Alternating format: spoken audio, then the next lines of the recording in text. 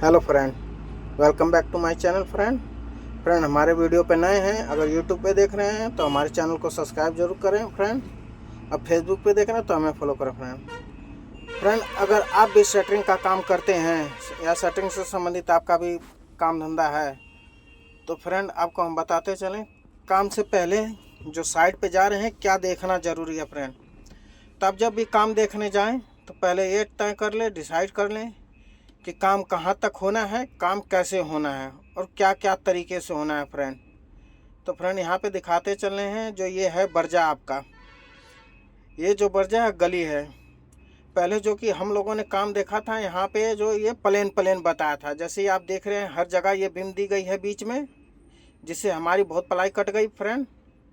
तो अगर आप भी आज सेटिंग का काम करते, ये कॉलम देख रहे हो और ये कॉलम और तीसरा कॉलम, तो ये बीच वाला कॉलम पहले बताए थे नहीं होना था। उधर से इधर तक ये जो 3 पलाई गिरती खड़ी पलाई, जिससे नुकसान नहीं होता, ये कॉलम नहीं होना चाहिए था।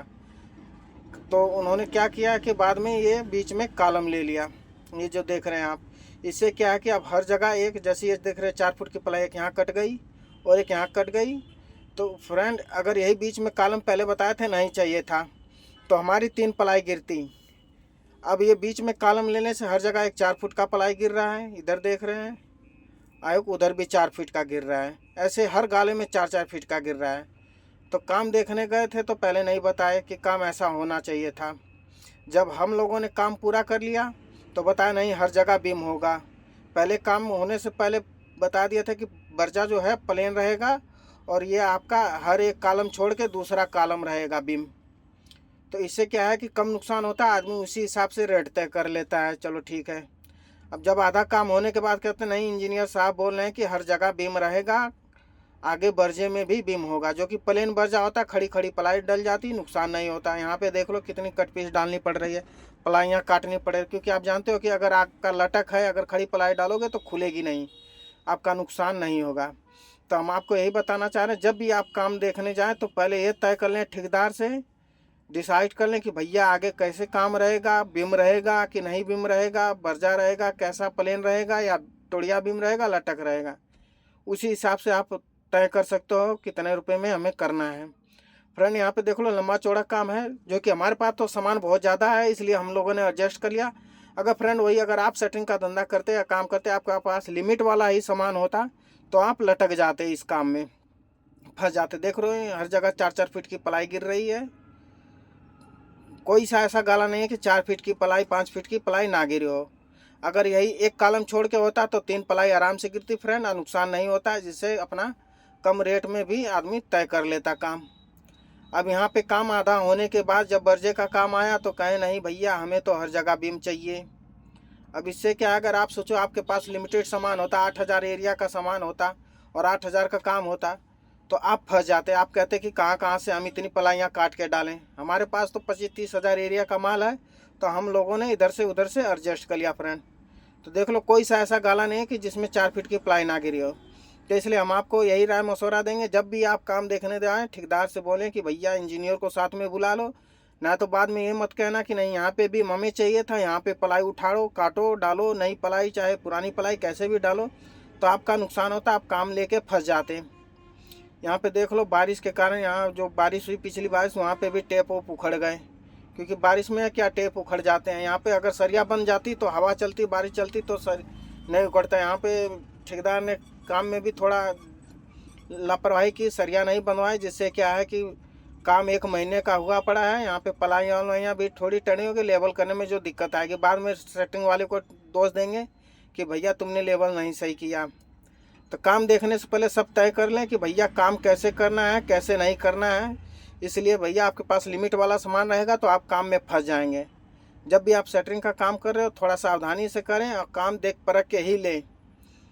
काम लेने से नहीं होता, काम करने से होता है। हमारे पास तो 25,000 तक का एरिया का माल है, इसलिए हम लोगों ने इधर उधर से लिया के अपना लगा लिया कट पीस। हमारा थोड़ा नुकसान हुआ है, हमारा भी ये नहीं कि हमारा नहीं नुकसान है, लेकिन सोचो आपके पास अगर उतना ही एरिया का माल होता आप फिर फंस जाते। आप कहाँ से उसमें साइडा बनाते, बॉटम बनाते, पलाई कहाँ से एडजस्ट करते। तो हमारे पास तो सामान ज़्यादा होने के कारण हम लोगों ने अपना काट पीट के जो है जैसे तैसे कर लिया है। तो हम सेटिंग वाले जो करते हैं उनसे यही गुजारिश, जब भी आप काम देखने जाएं तो काम हमेशा मुकर्रर कर लें कि हमें कितना करना है, कैसे करना है। उस हिसाब से आप काम पकड़ोगे, काम भी तय होगा, रेट भी तय होगा, नहीं तो बाद में आप फंस जाओगे। यहाँ पे देख लो। और एक बात और, जो मकान बनवाते हैं वो कभी भी हमेशा सोचते हैं सस्ता ठेकेदार पकड़े, तो सस्ता ठेकेदार ना पकड़े, आपका हमेशा नुकसान ही हो जाएगा। सस्ता ठेकेदार पकड़ने में क्या होगा, आपको प्रॉब्लम बताते हैं काम कैसे होगा, कैसे क्या क्या कर देंगे। तो यहाँ पे देख लो, सरिया नहीं बनने के कारण टेप टूप सब उखड़ गया, बारिश के कारण, हवा के कारण। और यहाँ पे लेवल भी टेढ़ा हो गया है। सेटिंग वाला कितना बेचारा करके देगा लेवल, क्योंकि धूप का मौसम चला, धूप बारिश पकड़ेगा तो वो प्लाई लकड़ी की जो भी है वो टेढ़ी मेढ़ी हो जाएगी। आओ अब ठेकेदार की कहानी बताते हैं। देखो, सस्ता काम कराने से क्या आता है, ये देख लो। लोग मकान बनवाते हैं, सस्ता ठेकेदार पकड़ लें तो काम ऐसे करवाते हैं। देख लो, ये है 90 डिग्री का जो है बना रखे हैं ये रिंग, जो कि होना चाहिए 135 डिग्री पे रिंग। कभी भी रिंग बनाओ 135 डिग्री, ना कि इस तरह सीधा 190 डिग्री। 135 डिग्री वाला क्या होता है, थोड़ा तिरछा होता है। जैसे ये 90 डिग्री, 135 डिग्री वाला इस तरह हो जाता है, जो कि खिंचाव के वक्त ये इस तरह निकल ना जाए 90 डिग्री की तरह। 135 डिग्री वाला होता है, टेढ़ा होता है, खिंचाव के वक्त तो वो बन जाता है इस तरह सरिये से, वो कभी खिंचता नहीं है। बीम के लिए हमेशा 190 डिग्री बीम हो चाहे कॉलम हो, आप 190 डिग्री, अरे 135 डिग्री का ही रिंग बनवाएं, ना कि 90 डिग्री का।